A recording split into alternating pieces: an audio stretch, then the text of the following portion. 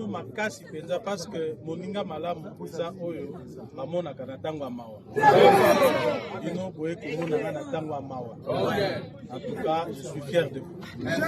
Mais ba oyo ba planifier oyo tiko sale mais pas nangao. Na banzi parfois que peut-être bazali ko sepela. Na ba oyo ba planifier ba oyo nyonso bazali ko sepela. Joana bango déjà. OK.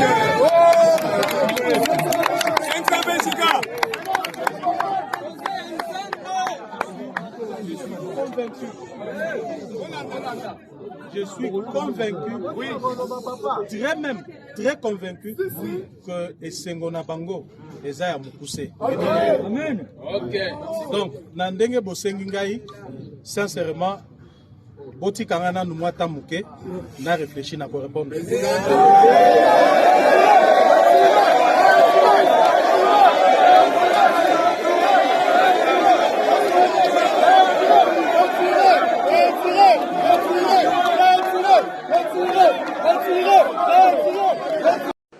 C'est devenu une pratique courante.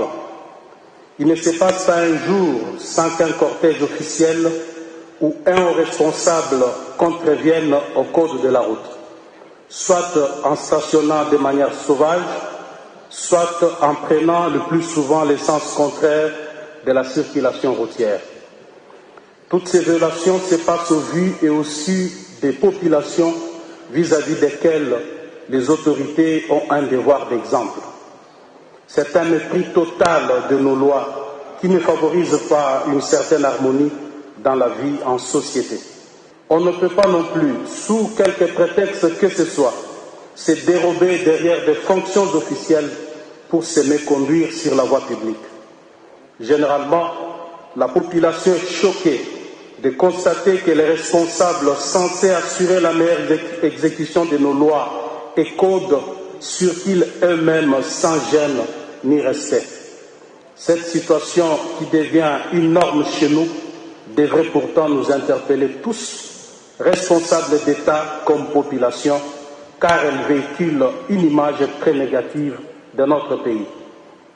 Bien souvent, les étrangers en séjour dans notre pays assistent également sur nos routes à des scènes invraisemblables.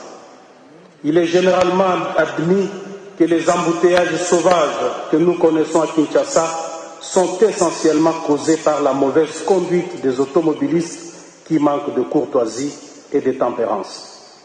Il ne faudrait pas en rajouter une couche en véhiculant l'image de hors-la-loi parce qu'on occupe des fonctions officielles.